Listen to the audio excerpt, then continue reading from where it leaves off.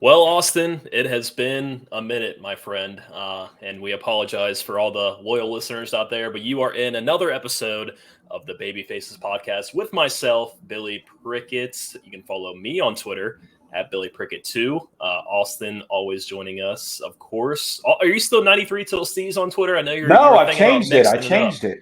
Okay, Yes. okay. I've become. I've guy gets one weekend shift. I'm now ATM on air on Twitter. It's a little bit easier. A lot of people don't know how to spell Steez. I was tired of it explaining that, so I keep it simple and keep it something close to radio. There you go. But most importantly, follow us on Babyface's social media That's it. at You're Babyfaces kind of Pod. blessed. You have like an easy name to like go with something radio. You know what I'm saying? Like Billy can go with a lot of nicknames, and you just kind of flow. There's nothing that goes with Austin. I feel like there's not Yeah, a lot of Austin. There's not a lot of things that rhyme. It's like it's sort of unique. I'm not necessarily sure, but you got it easy, my friend. yeah. Billy just kind of rolls off the tongue a little bit, and I feel like there's a lot of like just like famous like characters in history that were named Billy, like just such a basic like old school name, Yeah. like Billy the Kid, the Outlaw. That's my Yeah, nickname you on can air, put of Billy in course. front of everything. Like had they had Yeah, the Billy yeah, football, Billy yeah. basketball, That was everything. my high school nickname, Billy Yeah, Football, you because still are Billy football. You're Billy football radio. I'm the original Billy Football. I know Barstool Sports, Billy Football. I'm an AWL PMT guy all the way. But I was Billy Football long before he ever came on the scene over at Cooper High I School, throwing believe that. touchdowns. All right, I so believe that. you can look it up. All right, I got a shirt that said Billy Football back in like It was probably 2014. before Johnny football too, right? Had to No, be, or was it actually, it around the was same after. time? It was like the same time. That's what Oh, made. okay. I was like a big Johnny Yeah, Manziel guy it kind because of I naturally came along because you were right there exactly during the time. So yeah. like, and this other guy just comes along and takes it. The name's already been hoarded out by then, and I think Yeah, you probably attached onto it first. exactly. And me and Johnny Manziel wore the same number 2. That is right. Definitely a guy that I looked up to. Didn't end up panning out in the NFL. Yeah. But nonetheless, this is a wrestling show, contrary to popular belief out there. But Oh yeah. and Austin, we haven't been on here in a while, so we got a lot of stuff to talk about. First and foremost, I do want to address, we were supposed to have an episode last week. We promoted it on social. It was set to go as far as we knew from WWE, and that was going to be an interview with Austin Theory, which if you are a listener to the show, you know how big a fan we are of Austin Theory. We were very much looking forward to that interview. Unfortunately, it didn't end up working out for everybody that had an interview scheduled with Austin Theory. He had to cancel for unknown reasons, not blaming him at all. Stuff pops up, and this was planned like over a month ago. So I was kind of worried something like that would happen. Nonetheless, they did get back in touch with us saying that they're going to set up something for us here in the next few weeks because SmackDown is coming to the Yum Center, of course, in August. So we will have a WWE superstar on with us in the near future. That's all I can say right now. Apologies for all listeners out there that got excited for the Austin Theory interview like we did, and it didn't end up working out. So we were excited a couple times because they didn't show up at first. Then we got the word that they were talking about possibly Central Time, which is an hour behind us. Right. So there was that second chance, and we stood up and waited another 15 minutes, and then it just didn't happen. Things get lost in the folded media, unfortunately. Yeah, and like I said, I was worried that would be the case leading up to it, and we fire up the Zoom, waiting for him for about 10 minutes, didn't show up. Yeah, it was a whole thing. So it was like at the roulette table. Right. All good. Another thing that has happened since we've been away for the past couple of weeks, and I do want to address that too. We had the interview with Natalia, of course. If you didn't check that out, do that now. It's great. 15-minute interview, sit down with Natalia. She was great. We haven't had like a true just me and Austin, kind of just chopping it up. Yeah, it's been a while since wrestling. we talked and hung out. We've been busy, man. That's right. Yeah, we haven't. Yeah. Well, why we've been busy? It's summertime. Austin, especially, your role with iHeart and working for the Bats. Yeah. Like your hat, if anybody is watching on YouTube right now. Obviously, it picks up a lot during summertime. So just harder to really put aside the time and get in here and not try to make any excuses. I feel like I say this a lot on the podcast, but we are busy. This is something we just do kind of for fun on the side. But, that's why we have the social media so we can still interact with y'all even when we're not doing episodes like this, on the regular. But we're trying to be better about it because it is a very exciting time in wrestling. I'd say probably aside from the road to WrestleMania, this is like the road to SummerSlam, is the second most exciting part of the year. And it starts, of course, with Money in the Bank this Saturday, which this is our Money in the Bank preview go home show. We're going to look into the matches and give you our predictions as we normally would do. But before that, there are new world titles, both for the men and women's in WWE. So I know, Austin, you've had some hot takes about the titles. I'm going to let you kind of start off with what your thoughts are now that you've had a few weeks to kind of process the look of them. Man, it has been that long since we've been on, huh? It seems like probably like a month ago is when they debuted, the new title. The new world title at Triple H. We stayed on Instagram and we went on Twitter. I'm not necessarily a fan of it. Even still, after sitting on it for a couple weeks after you've seen it around the waist of Rollins, and it's still, to me, man, it's my take on the two belts, and especially after being so desensitized at the whole last year with Roman having two belts and just kind of feeding into that storyline and making him look almighty, and it just fits him a lot better. And he's undisputed. He's the undisputed heavyweight champion. So my take is, why is there another one? I don't like it. It looks too much like the world heavyweight title with that Creata logo just thrown right in the middle of it. It's too mixed up of a jumbled mess for me on the Raw side of things. But on the SmackDown side, I wasn't necessarily thrilled with the new title as well. But it's also one of those things that fits into the character and the storyline of what Roman Reigns doing. Me being a Roman Reigns Mark E-drone over here, I like how it looks on him. I guess the jury's still going to be out to see how it looks on someone else, but it looks good for him. It fits him, and I still like the idea that they're carrying around the other two titles just as well. It just makes him look all the more dominant, and it just fits him. I don't think it would work with anyone else. So for right now, I've liked Roman's title a little better, and it looks a little better in the light, especially after seeing it in Lexington a couple weeks ago and seeing it in person. It does look a lot better in person than it sometimes on TV. It can come off as weird angles, but it is a good looking belt in person. Yeah, I think Roman's title is really sharp. When they first introduced it, like you said, the lighting was kind of weird on SmackDown when they first introduced the title, and it kind of got some, a lot of people throwing hot takes out there. Like I threw it on our official thing. Yeah, I had to walk my stuff back. Yeah. No, it looks pretty good. And I'm a fan of the world title. I know that you're not. Well, first of all, the big gold belt is one of my favorites, if not my most favorite in history. You have a replica yourself of it. Yeah. And I know it's not exactly that, but to have some sort of semblance of that title back on the scene in wrestling just makes me feel like warm inside, just like good old nostalgia. And I understand the reason why they had to put the big fat W in the middle of it, because look, as recently as the Nuggets winning the NBA championship, they send out all these titles to them, right? And they're holding it up at the parade. And so if they get their hands on the world title rather than the WWE title, and you're holding that big gold belt up and there's no really branding on it, then you're not really doing yourself any favors by having, a very popular sports team that just won a championship promoting the brand, basically. So that was kind of what, why the titles were why they were before this. So just the big old W's, and that was the Universal and the WWE Championship. So if you're going to bring back the world title, you can do so, but you want to keep that branding to it to where it's very recognizable to just the general public. So I get it. I obviously prefer the big gold belt design much more than this one, but I'm still happy that we have, again, some sort of semblance of this title back on the scene. I think it looks pretty good on Rollins. I think Rollins winning it was the obvious choice to start with. Pretty over with the crowd. Some will say just the theme song is over. I'm not the biggest Seth Rollins guy either. I'll be the first to admit that, but he's put his time in. He's been one of the most reliable guys over the past couple of years and hasn't really gotten the spotlight, hasn't gotten, the world championship programs and the title wins and all that. Kind of been stuck in the mid card for times when, Roman and Cody and these guys were dominating the main event scene.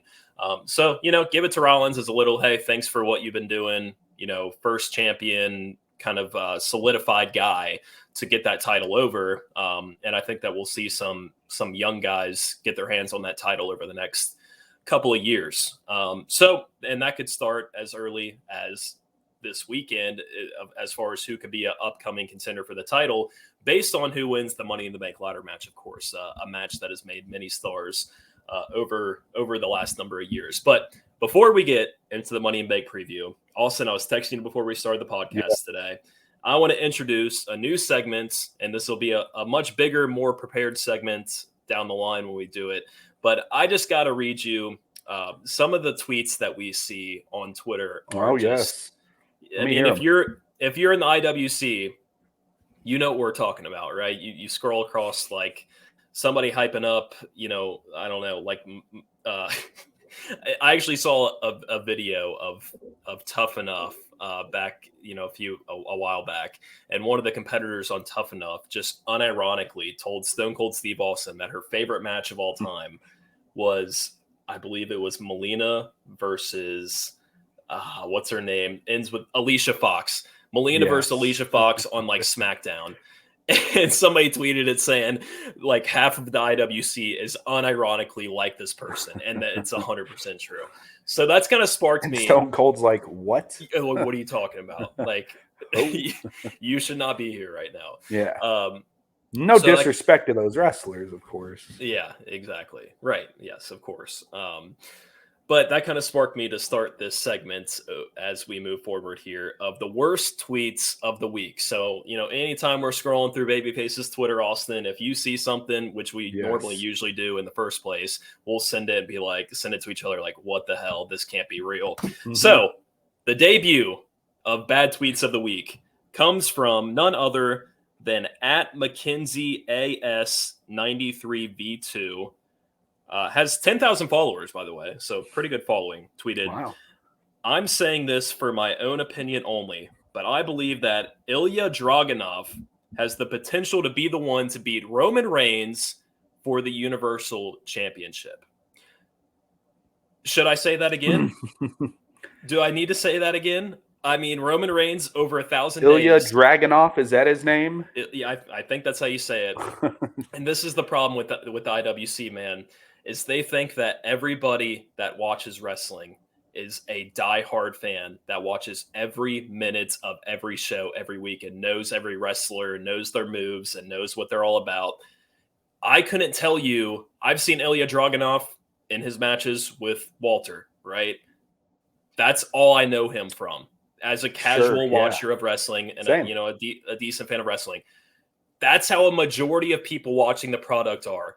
And you want to actually suggest that guy is going to be the one to end the most historic title reign of all time of Roman Reigns. Depends on who's in charge. If Triple H is in charge, by then Vince isn't out. It's ridiculous on the surface. I mean, come on. Look, he's a good worker. He worked solid matches with Gunther. He had like the match of the year, Walter, like 2 years ago is when you really kind of got to see him and Walter like break out at the same time.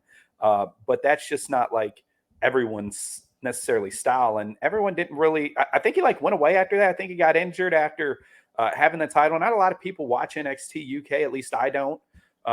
Maybe some of our listeners and, some of the more hardcore fans in the IWC, but come on, guys. I mean, really?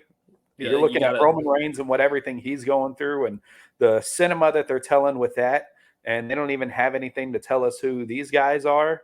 That just doesn't make any sense. Well, the hilarious part about it is that this guy isn't even on the main roster yet. I'd imagine Roman Reigns' title reign. I mean, it probably has a year at most left on it, if that's like it's probably ending at WrestleMania next year. Let's be real. So you want to suggest that this guy who's not even on the main roster is going to debut on the main roster and within that would be about months get himself over to the main roster crowd, people that don't watch NXT UK every week, thinking that he's going to be the one to dethrone Roman Reigns. I'm sorry. When I see stuff like this, I can't not bring it up. I just can't.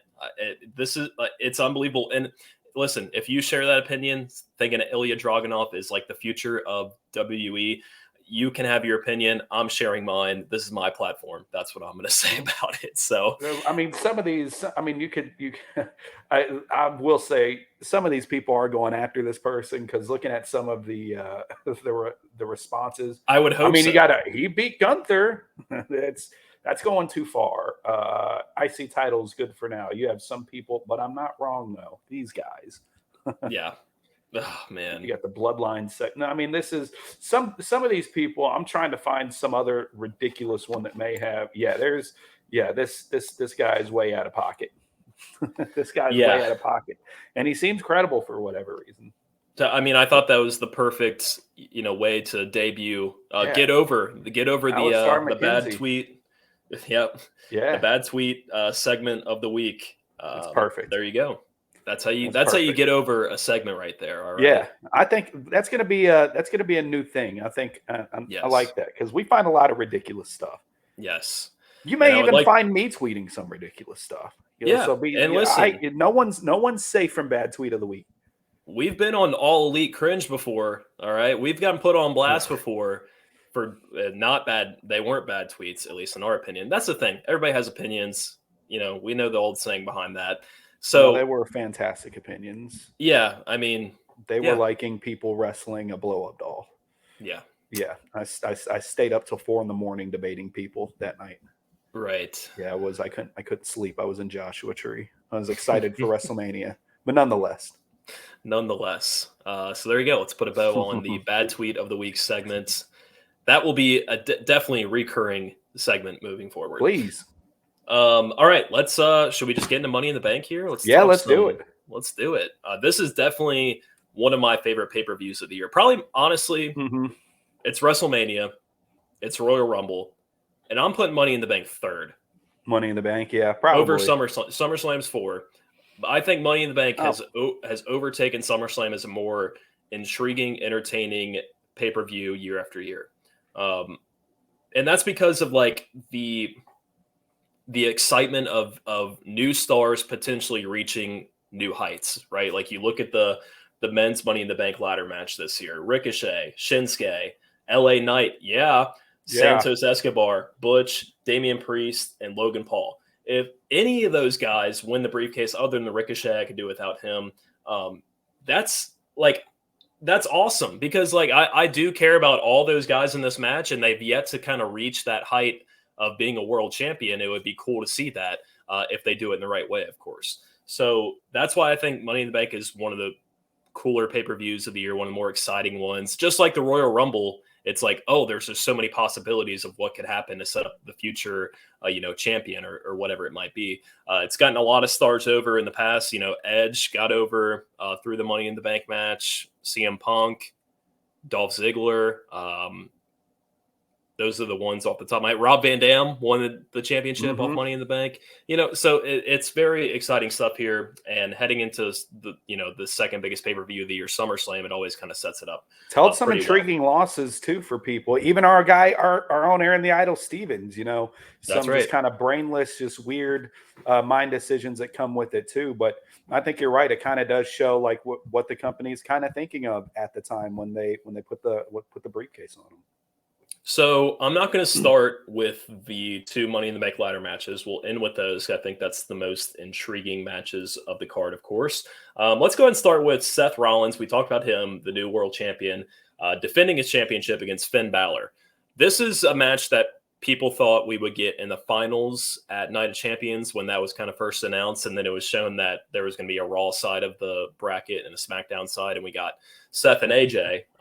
So now we're coming back around to Seth versus Finn. Pal. Right, exactly. It's unreal. So now we come back to what we thought was plan A with Seth versus Finn. These two obviously have some history together. They were in the first ever Universal Championship match at SummerSlam back in 2016, I believe. That's the match that Finn Balor went over, won the Universal Championship, got hurt during the match, had to relinquish the title the next day. So fun little program between these two, but I don't see a way that Seth Rollins is losing the title here. Yeah, I'll have to agree. I think Seth keeps it, and they're going to keep doing whatever, trying to keep Just still trying to keep it's my thoughts on the world heavyweight champion. It's we're not taking the belt off of Roman, so here's our other title. And we just want people to stop complaining and stop tweeting that they're going to cancel our network just because we don't have the champion defending.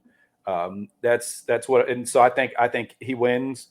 Even though I just did kind of think at the time before they showed the SmackDown side of things, and I thought that it was going to be when everyone kind of thought it was going to be Seth versus Finn. Anyways, I thought it was going to be Finn, and that's because that's the guy that they originally put over Seth a couple of years ago, and it's the guy that they love. Triple H loves him.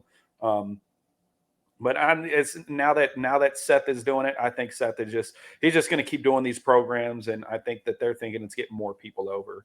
And I think that Finn's going to have a lot more stuff to do with the Judgment Day. I think we'll get more into that when we get to our Money in the Bank predictions. But I think I don't know if there's more of a program coming out of this, but I do think Seth kind of keeps it, and he's going to eventually hold on to that for a good amount of time. I don't see them giving their new title to someone else within like the next 6 months or whatnot, 3 to 6 months, unless something happens to Rollins, which knock on wood, hopefully something doesn't.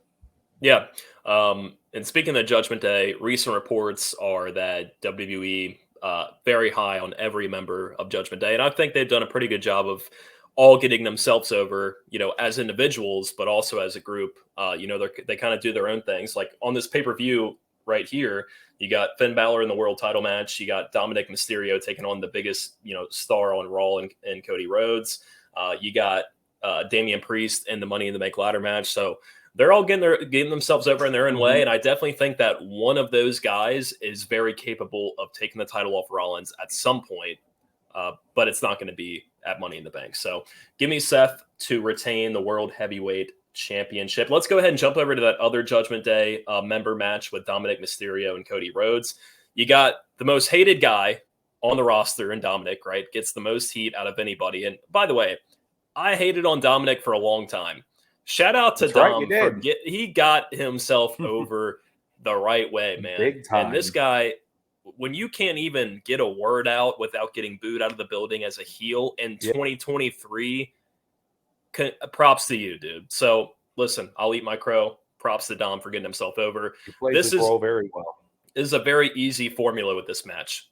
Cody Rhodes, beloved babyface, gets the most, the biggest pop on Raw every week. Sells the most merchandise, blah, blah, blah. Dominic Mysterio, most hated guy on the roster. Put them together, you're going to get gold from, the crowd reaction itself. As far as the match goes, Cody Rhodes is obviously going to win this match and keep rolling on his story and see if that, leads to SummerSlam or WrestleMania, wherever it might be. But, he's not going to take a loss here to Dominic by any means. But I think it should be a, pretty quality match. I don't think it'll go very long. I think Cody will kind of handle it. But I'm looking forward to the crowd reaction between these two. Yeah, I think the entrances will be hot. Of course, Cody Rhodes' entrance is pretty over. They're starting to they're definitely starting to do diving in a little bit more deep with Rhea and Dom now. So that's definitely going to be a factor in this match, right? Whether she gets tossed out, or I know other Judgment Day. I know Priest and Finn have their hands tied. I don't know if they play I don't know if they necessarily play a factor in this match or not. Just because I want to go with you and think, Cody Rhodes wins this match. But I think this is going to be a pretty good match. I think Cody Rhodes will do a good job at carrying Dom, and I think they'll work well together and make a pretty entertaining match. I don't know if it'll be like 5 stars at the Tokyo Dome, pal, but it will be it's a good story. There's people. Dominic is a piece of shit little kid, and Cody Rhodes is he's just kind of just like everyone else, just kind of like kayfabe tired of his shit. So like you just want someone to kind of put him in his place, and he's if we're not having one of the Universal Champion, Cody Rhodes doesn't need the championship right now to be in hot angles like that. Him and Dom are both helping each other get over. I think he wins, but I'm interested to see the formula of what they do with this match. Of course, either the Ripley or other Judgment Day stuff comes about, because obviously I think they want to swerve. Maybe they're trying to swerve us. Are they trying to swerve us, make us think he wins, and then something comes up? Are they trying to make Judgment Day as skeevy as the Bloodline, and someone always interferes? I'm not necessarily sure. My heart wants to say Cody Rhodes, so I'll agree with you. There we go. Another match, singles match. This one for a championship, Intercontinental Championship. Gunther against Matt Riddle. I think it'll be a quality match, but Sure. nobody's dethroning Gunther right now. Like this Yeah. guy's on the roll of a lifetime. I think he's over 450 days of not being pinned or submitted on the main roster. I don't know how long his Intercontinental Championship reign has gone exactly, but it's definitely over a year. I believe he surpassed the year recently. So one of the more impressive Intercontinental Championship runs in quite some time. I think they're going to have him beat the Honky Tonk Man's record. So not going to lose the title here, but Matt Riddle, a formidable guy. You can put in a program with anybody, make him look good. That'll be a good match. Their styles, I think, will clash pretty well with each other. Riddle's a pretty, the stiff kicks, MMA type style that he does with a little bit of like high flying maneuvers mixed in. And you got Gunther who just likes to kick ass. I think this is gonna be a indie darling love fest. Yeah. It's gonna be for all good reason. They're gonna amplify. Right. I think this probably has match of the night potential. Yeah. With, like you said, how their two styles are going to clash. I think that's it. I mean, and look how well he clashes with guys like Sheamus, and he had a great match with Sheamus. What was it, WrestleMania, where he got like kicked in the face and like literally got kicked in the right in the teeth, I think, by Sheamus during him and Riddle a couple years ago. So they worked that good style. Riddle's had bangers with everyone in the last year, with Seth Rollins and Roman Reigns. I expect him to deliver with Gunther. Yep, should be a great match. No question, though, Gunther is walking out Intercontinental Champion. Before we get to the ladder matches, this is a big one right here, man. The Bloodline, which is now just Roman and Solo, and of course, wise man Paul Heyman flanking them, against the Usos. One's up. What you went to SmackDown recently, which that involved the segment where the whole thing imploded. Let's talk about that before we get into our predictions. That was absolutely awesome.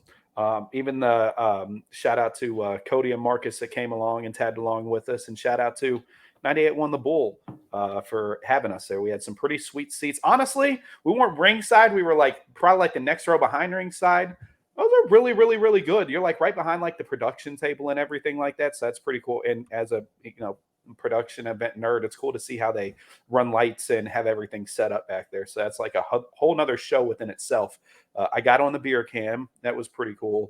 Hey-o. And but no, that it's perfect how they played it. They threaded it throughout the whole episode.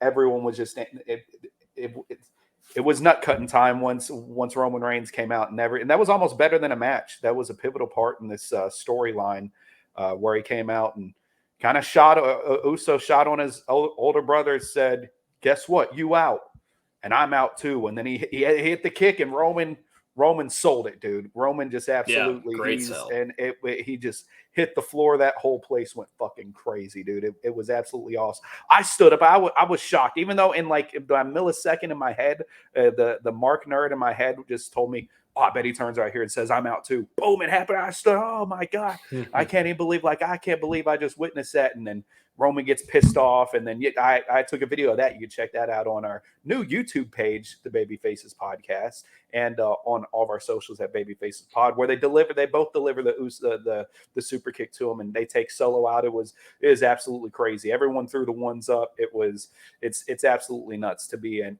And shout out to the Babyfaces. We got to be a part of so much in this Roman Reigns Tribal Chief run. Let's think about that. No kidding. Even you have two from the Royal Rumble when you went. That was the start. We got to witness one of Roman Reigns. He asked people best matches when he fought at Seth Rollins, and he came out with the Shield. And then we got to see the SummerSlam and from WrestleMania, and how this has all developed has just been awesome. I want to take a time to mark out for myself. And on us and this podcast growth and what we got to be a part of, because when we would have started this, when all this was happening, I would have never thought that we'd have the experiences that we've had, but we've got to experience all this live, and it's been pretty cool. Yeah, no, it is cool. It's if you're a season ticket holder for a sports team and they have a really good year that leads to a championship or a good playoff run or a big bowl game or whatever it might be, you just feel a part of it, and it leads to even more, fandom and emotion towards it. So I'm high off it. I'm ready for when they come to Louisville in next month in July, August. Two months, August 25th, less than 2 months. So Yes. be here before we know it, and we'll have WWE Superstar on with us sometime in between that. So looking forward to that. All right, so let's get into this match: Bloodline versus Usos. Man, I don't really like. This is. I don't know stuff. what to think. It's great stuff because I truly. Give me your opinion real quick. Let me ask you, since you just asked me. Like, there's a lot of people. I wouldn't even say a lot of people. There at some times where people feel like they're done with this bloodline story, it just gets really interesting again. I've always been entertained with the whole thing since I'm just a mark for how that's the only thing that WWE seems to be taking care of and putting effort into is the bloodline storyline there. It's been cinema. How have you been feeling about this? Have you been liking all the swerves? Have you been liking sometimes they'll have like the next week is Jay thinks on his announcement, and while some IWC this could be a main event. Are you still high on this bloodline storyline like everyone else? I just need to see where you're at. Well, in an era of wrestling that is always so predictable and foreseeable because of, online reports and rumors that come out, the bloodline storyline has been one that has remained like sacred, like kept tight to the chest, and you don't know what's going to happen next. And admittedly, I don't watch SmackDown a whole ton. It's on Friday nights. I'm usually out and about, on Friday nights. I have a life outside of it. You have a wife too. And a wife that definitely plays a part. So I don't get to catch SmackDown often, but when I am finding myself home on a Friday night and I flip on SmackDown and a bloodline segment comes on, I'm glued to the TV. Like I can't help it. Like, sure, at some point it's going to run its time and it's going to be time to move on to the next thing or whatever. But they have done such a good job looking at WrestleMania of everybody thinking that could have been the culmination of the blow up of the bloodline. Mm-hmm. Now we are here X amount of months later, and it's still as hot as it's ever been. They have done such a good job of, like you're saying, putting the effort into the storyline, making it. And the bloodline is kind of crumbling because of the events of WrestleMania. It didn't have to be necessarily one guy winning. It's like Roman said in the WrestleMania press conference afterwards. They're going to train you to, in a world that's TikTok and 30-second videos. No. You got to retrain your brain to really pay attention for the long burn storylines that they're putting on with the bloodline right now. And that's what this is. I mean, every week matters to this storyline. Every week there's a new wrinkle in the storyline, and that's what television is all about. And like we say all the time, Austin, at the end of the day, all of this is just a television show. All right. Yes. It's not sports where they're actually competing to beat each other up, whatever. It's a television show with characters that are telling stories and cool action, albeit. Exactly.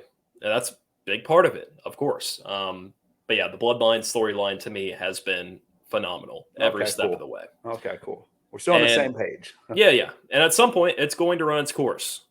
When that point is not today. Everything is so there's going to be some point where we're like, all right, we're still doing this, but everything seems like it's kind of naturally progressing as it should. Yes, absolutely.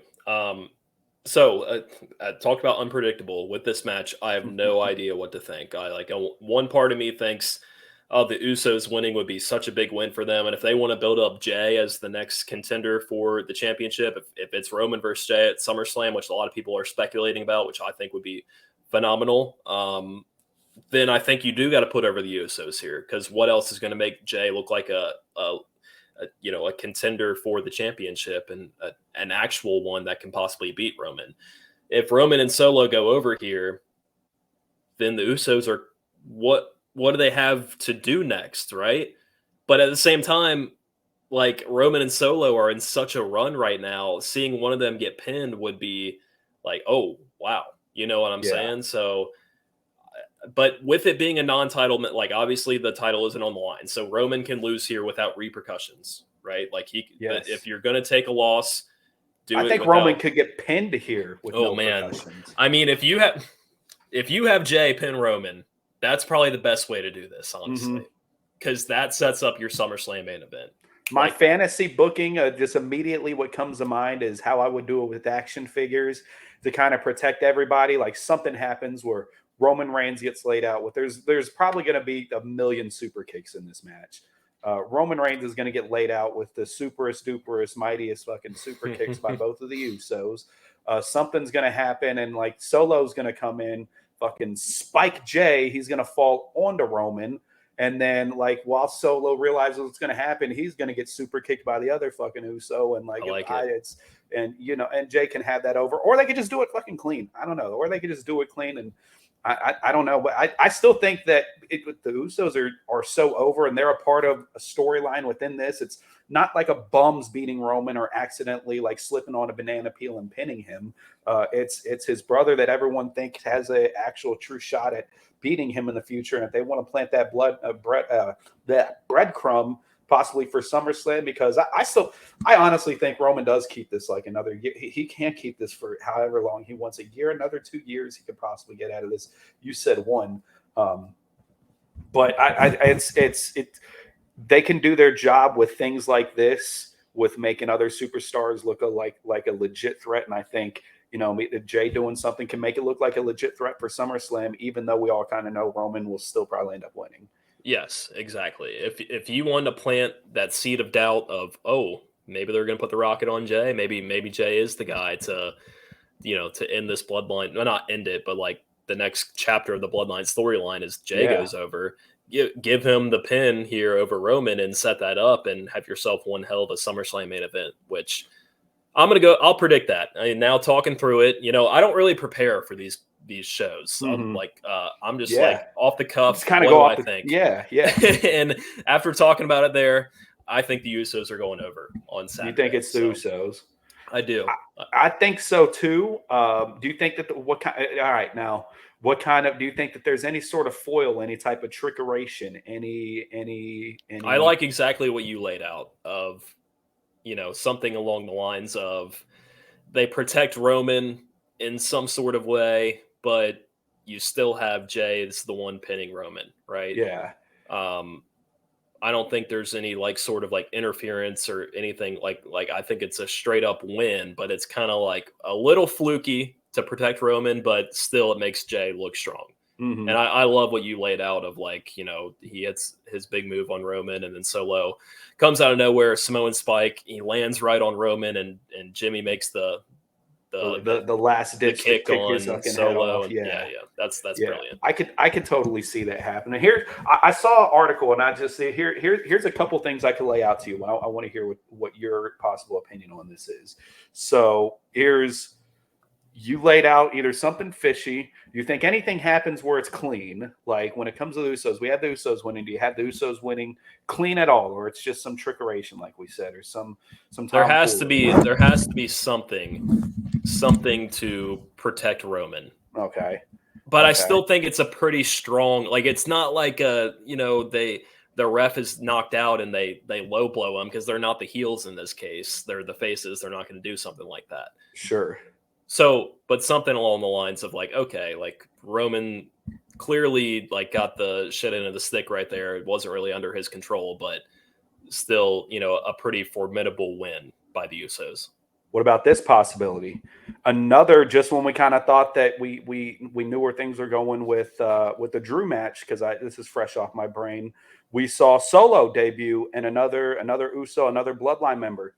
Do we get another Bloodline member, whether it be new or old? Rikishi, an old member, come out of nowhere to maybe try to. Rikishi is Solo's dad. Maybe he tries to kind of set him in line and distract Solo. I don't.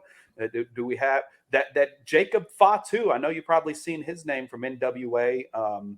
I don't necessarily know what's up with his contract. I've always seen interest or whatnot. I don't know if he kind of comes out of nowhere for this story, but do you think that there's any new family, any new bloodline stuff? I think you save that for SummerSlam when Roman needs to get the win over Jay, right? Yeah, probably. Yeah. And then don't get my mind started with The Rock. But what about this possibility? What if Jimmy turns on Jay and then just walks out, and then that's the swerve, realigns himself back with Roman. That would still work. Roman got in Jimmy's head a little bit. Yeah. That would still work because then Jay is still, the protagonist in the storyline, and he has a lot of sympathy for him. Mm-hmm. And That's a good way to think about it. He now, didn't too. I like lose. that. Yeah, he didn't lose because he wasn't good enough. He lost because his brother turned on him. Yeah. Right. And so he went back with his piece of shit manipulating cousin. And it's his. And that's the thing. I hate to sit here and quarterback, and I hate that sometimes we could get ahead of ourselves, and it's just so entertaining and everything that's been going on. Like I don't want to be spoiled, but there's a lot of things where I think, oh, it'd be cool if they did this. Oh, it'd be cool if they did this. That'd be cool if they did this. It's like wrestling when I was a little kid again, and like really into it. And that's what this feels like. I'll be excited for mostly anything, obviously, if it's not trash, but like this thing could go so many avenues. It's made this part of wrestling fun. Yeah, absolutely. So we'll see what the next chapter of the Bloodline storyline has in store for us on Saturday. All right, let's get into the Money Bank ladder matches, and we'll wrap up here. We'll start with the women's: Zelina Vega, Becky Lynch, Zoe Stark, Bayley, Io Sky, and Trish Stratus. A lot of like storylines inside the big picture here. You know, Trish and Becky have been going at it. Bayley and Io Sky both are in, faction damage control together. So a lot of different things to look out for in this match. But I'm going to go ahead and say it. Give the briefcase to Trish. Do it. I think I'm kind of right there with you. Do it, dude. I need a Trish Stratus 2023 title reign. I need it. I think it'd be brilliant. I could totally see that happen. Even if something happens where she cashes in and doesn't win, and doesn't win. I think the thought of her having it. I mean, who would have thought that Trish Stratus would come back to wrestling at one point, still have the Money in the Bank briefcase, and still be challenging that? Who the hell is she going after? Who would she be going after? Ripley? I guess Rhea. That would she could job out to Ripley. That would mean a lot to Ripley. But like they're both heels, so I don't see how that's necessary. I mean, Rhea could always lose, and like you don't have to cash in next week, right? That's like, true. You could have it for a while.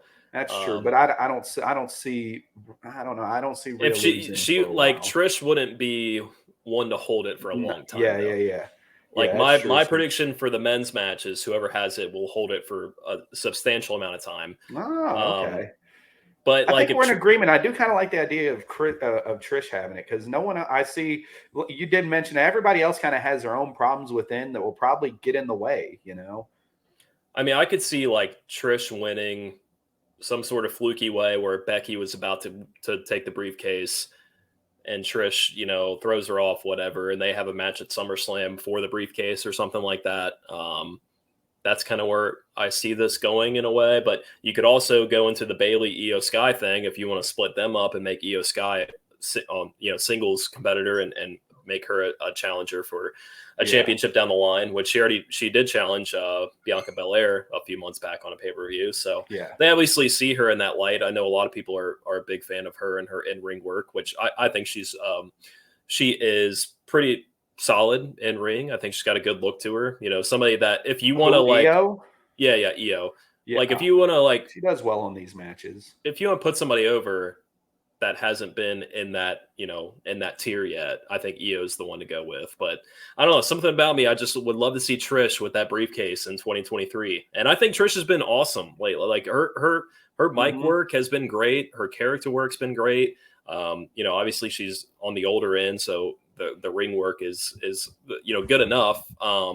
So I don't know. I think it'd be fun. I think who's the chick they have with her now? What's her name? The NXT chick that just came, Tegan Knox, is that her name? Yeah, I think so. I think they're trying to make her a big deal, and I think that they're just kind of attaching on to her. So I think they're going to have Trish plan to stick around and just kind of be the one to teach. Like it seems like Trish is kind of. I mean, I'm not saying she's going to be around for the long haul, but maybe for the next like 6 months, be a pretty consistent performer for him. So she doesn't have to work. She can use the Tegan Knox to go out there and take a loss or either look good for her and all that. And I think that's wrestling doesn't have to be 60 years old and doing crazy shit that you see on other promotions. Things that could get, this stuff gets, these wrestlers can do so much with just so little time on just screen or just so little character work. Everything doesn't have to be a match. I could totally see that.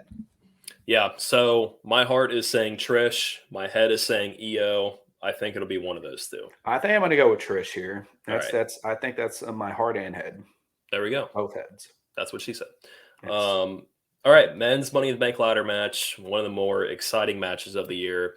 One of my personal favorites. As I said, you got Ricochet, Shinsuke, LA Knight, Santos Escobar, Butch, Damian Priest, and Logan Paul, last minute addition into the match.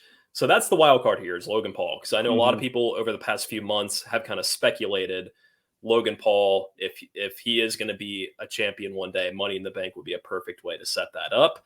I don't disagree. I think he's definitely in play here.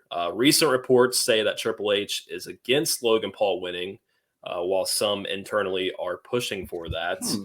But the top two contenders seem to be outside of that. Damian Priest from Judgment Day. We mentioned, everyone backstage is very high on every member of Judgment Day.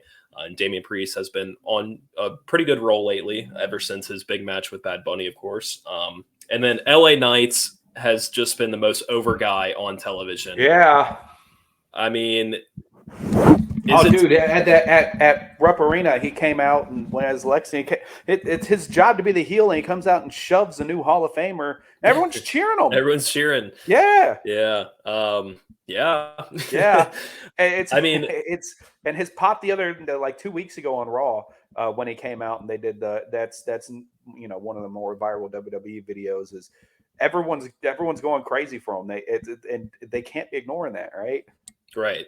And it has been, rumored and reported that he's very much looked at as one of the top contenders to win this match. Obviously, one of the most over guys right now. If you've been listening to us, we've long been fans of LA Knight. So is it time to give him the briefcase and, set him up for a potential title reign in the near future over the next year? Obviously, you have to cash in the briefcase. Or did they go with a guy like Damian Priest, who is a little more proven right now, but not nearly as entertaining as LA Knight, right? Or is Logan Paul, the megastar Logan Paul, is he in the mix here? I'll let you start and I'll give you my thoughts. It's pretty intriguing Money in the Bank, honestly.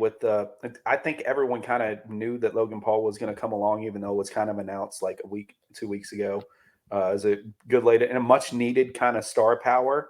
But I do kind of think you said Butch is in this, right? Yep. That's not happening for him. No.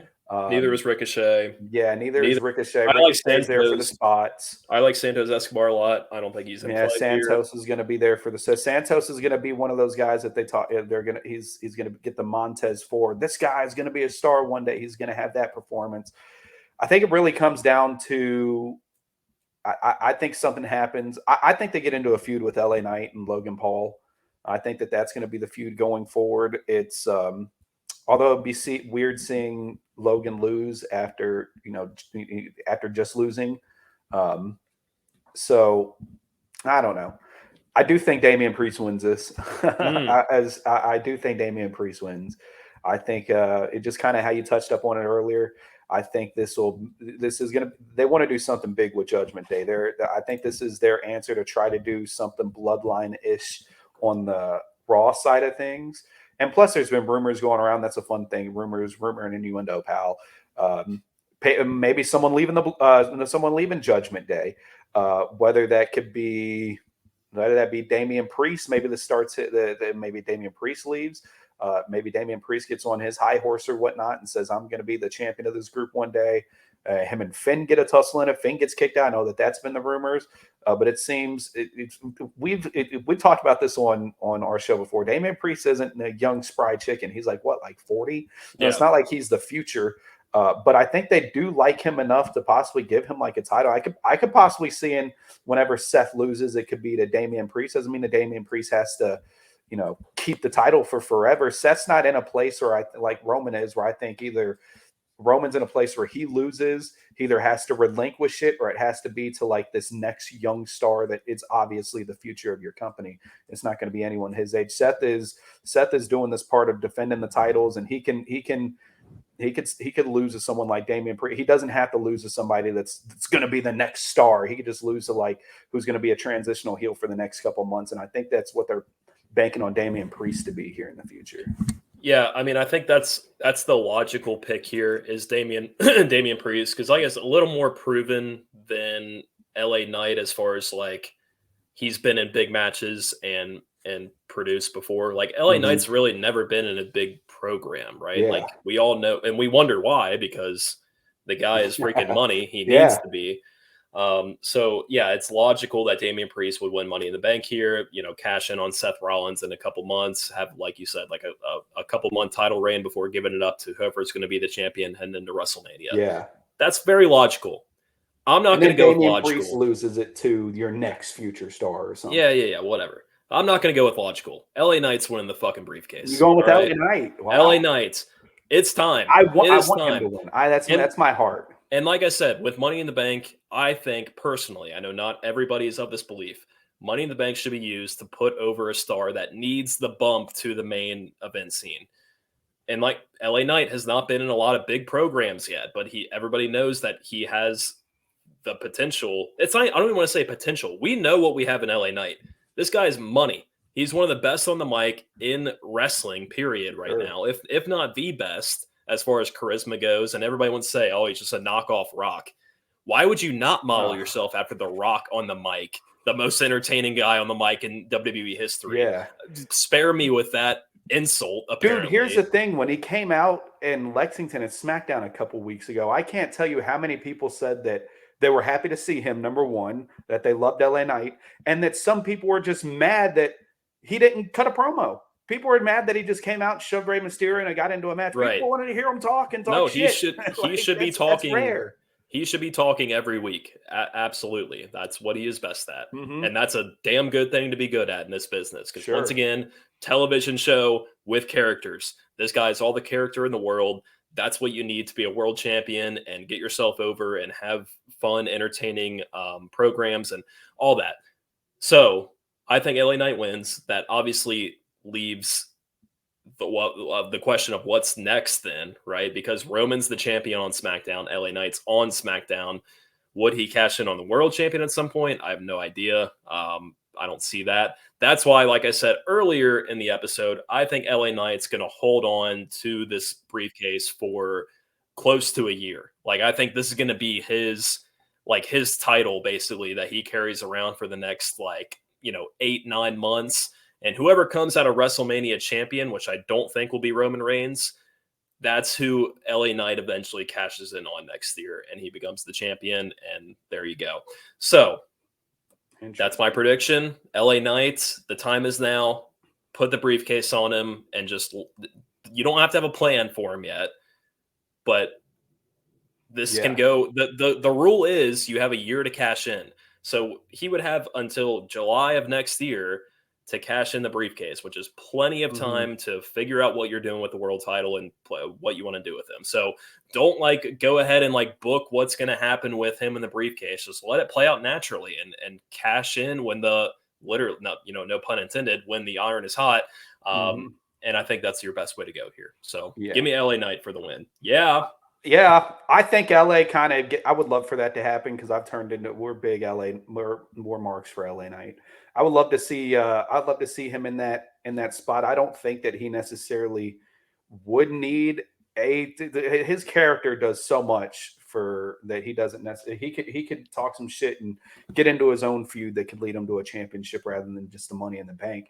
I could totally see them mixing the personalities with him and Logan Paul getting into a feud, and Logan Paul does a social media thing outside of wrestling. And I think LA Knight is a great vessel to have on other platforms to go out there and introduce you to WWE, especially when it makes you think of, when you hear him, it makes you think of The Rock. It makes you think of Steve Austin, maybe other people that aren't necessarily familiar with that, other people that listen to the Impulsive or whatnot that are still kind of casual, don't lean into it. They hear this guy and they start to see him on other network TVs or other interviews or other media. LA Knight's gonna sell that and promo the hell out of it, and I think WWE can benefit a lot from that. So I think that's where their head's at more on that, because I'm just afraid. I've seen this with Bray Wyatt. I'm just afraid that they have something and they don't necessarily know what to do with it. Not necessarily that they know what to do with it. It's like the Joker said, I'm like a dog chasing cars. I wouldn't know what to do with one if I caught it. Like, you have it, all right, now what? And it's like the Finding Nemo when the fish finally escape. Now what? So like it's I just afraid that, you know, this company has a reputation of doing this to some of my favorite guys. I'm jaded, man. Yeah, I mean, Austin Theory last year won Money in the Bank, all to cash in for the U.S. title. Like, don't do that again. Never do that again. Yeah. But yeah, I mean, I think like you can put Damian Priest in a program with Seth Rollins and have him win the title without the Money in the Bank briefcase. Like, I think Damian Priest is of that caliber, seen in that caliber by people that watch wrestling, that he could logically be a number one contender without needing the briefcase to like cash in or whatever. So LA Knight, on the other hand, I don't see him just like entering a world title program out of nowhere. I mean, he's never even had like a legit the only one that he's been in that really has been with Bray Wyatt. And you know, that was whatever. That was really Bray Wyatt coming back. Yeah. So like he still has some proving to do in that aspect, but I think we all know that he can do it. And this should be kind of the thing that pushes him to the next level. So yeah, I agree. There you go.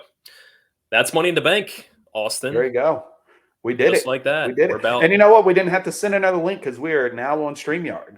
So like we don't beautiful. we now pay to make this thing sound and look a little bit more professional. I feel like it does sound better just based on what I'm hearing. Good. I love that. I love that.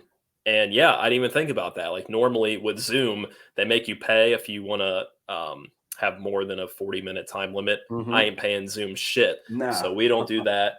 And then we would always, it'd be like 40 minutes are coming up. We're like, oh, all right, stop that point. Yep. Let me save this. Let's get to a new one. Yep. Not today, sir. Not today. We're in the main event now. That's right. Be sure to give us a follow on social at BABYFACES Pod. We will be giving our thoughts on Money in the Bank and all that stems from it on there, of course. Facebook, Twitter, IG, the whole 9 yards. And be sure to keep it locked right here for our next episode, whenever that might be. Until then, I'm Billy Prickett. He is Austin Montgomery, and we are the Baby Faces Podcast.